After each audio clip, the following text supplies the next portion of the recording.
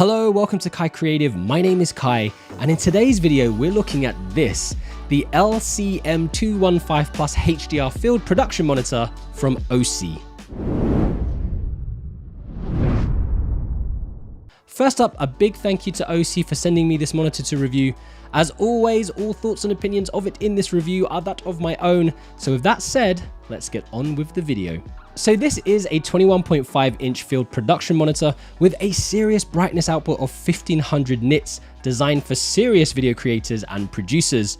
It's a pretty beefy monitor, weighing in at almost 10 kilograms, so this is not your regular run and gun solution for content creation. Saying that though, there are a lot of user cases that this monitor fulfills. For example, commercial film productions, event videography.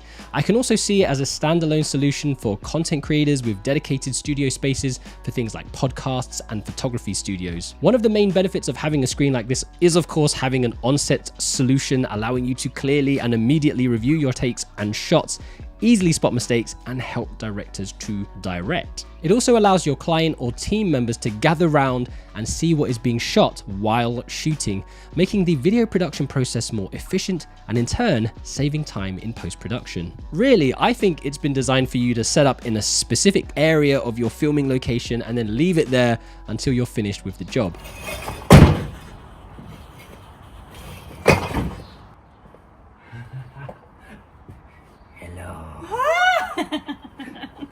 If we look at the ergonomics now, the overall build is simple, it's sturdy, it has a strong grey plastic housing.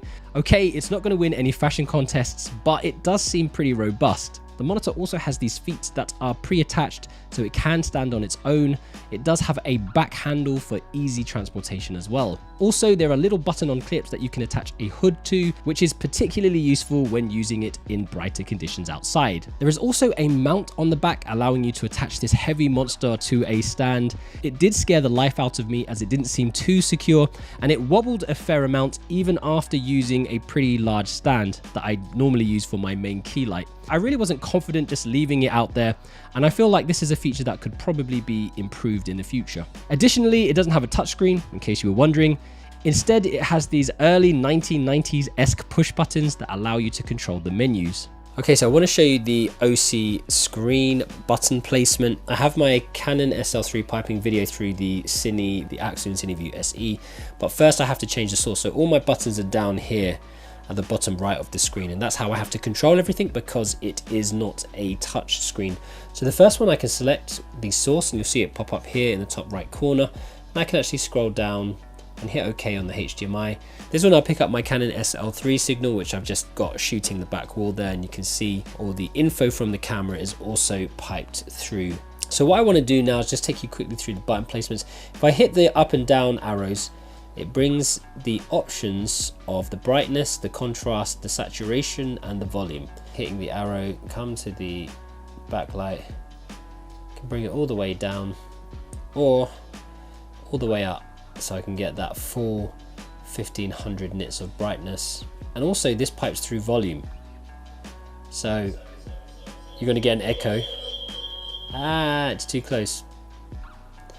You might want headphones on. There are headphone jacks on this that you can use if you want to use a headphone jack. If I go to the OK menu button, then I can bring up my different menus. So I've got the status that comes up here, the status of the display, which is interesting. And then I can go to the input configuration. So all of these are on currently, but I can turn them off. So if I just wanted to have my HDMI as the only option, I could turn the others off.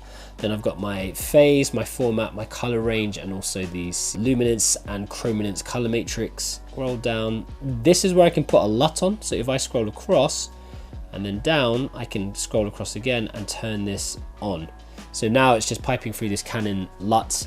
This was pre-installed, but you can also, as you can see here, you can also load your own LUTs. Let's scroll down.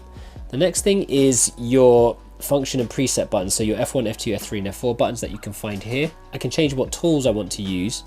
If I scroll across, for example, I've got the vector scope, the false color, the histogram, and the waveform type all there already. Maybe I will change the false color to something like zebra line. So if I scroll across and go down, I can change this to the zebra lines, if I can find it. There it is, zebra, and hit OK. Now if I hit these, I can tap on my vector scope. My zebra lines were on already, but I can turn them on and off, and you can see that on the just on the lights there.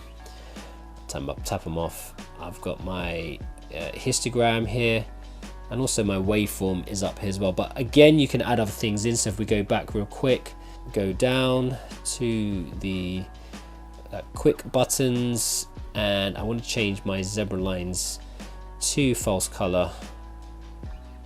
There we go, and go OK. Now if I hit F2, it brings up the false color options.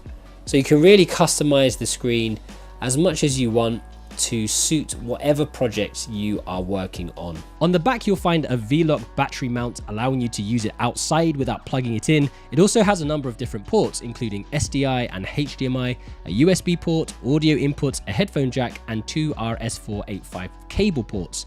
You will also notice places where you can add additional mounts, which means that you can connect things like wireless video receivers, helping you to reduce the number of cables that you might have on your set. In this example, I'm actually using the Axoon CineView SE to wirelessly connect this camera with the monitor. Let's talk a little bit more about the actual screen. As mentioned earlier, it's a 21.5-inch screen, which is great for people to gather around and assist with filming.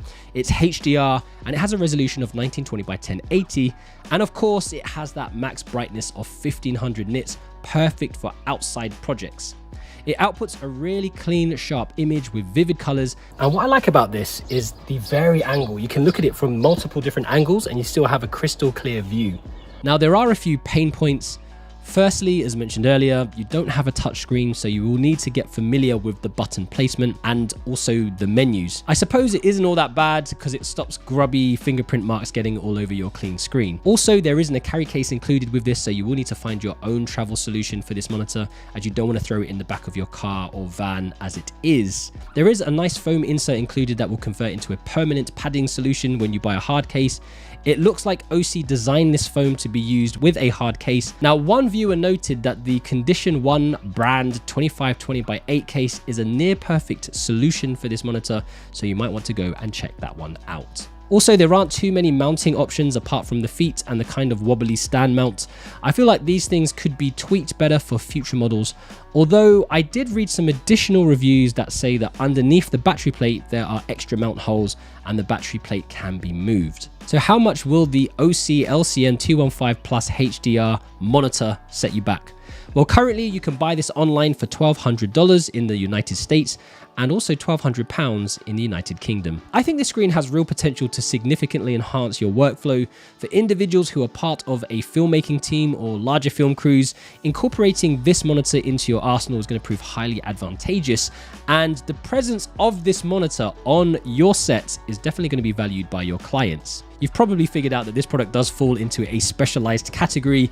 It's definitely more for professional creatives filming on a commercial video set or a photography studio, rather than just for someone who does smaller projects. That 1500 nits of brightness makes it ideal to use outside as well as indoors, enabling your clients, your talent, your directors, producers, and other crew members to observe precisely what it is being captured on your camera in real time. We will have to get familiar with the buttons and menu layout, but its simple, robust design and connectivity options definitely helps you to get the job done. So what do you guys think about the OSEE LCM-215 Plus HDR monitor?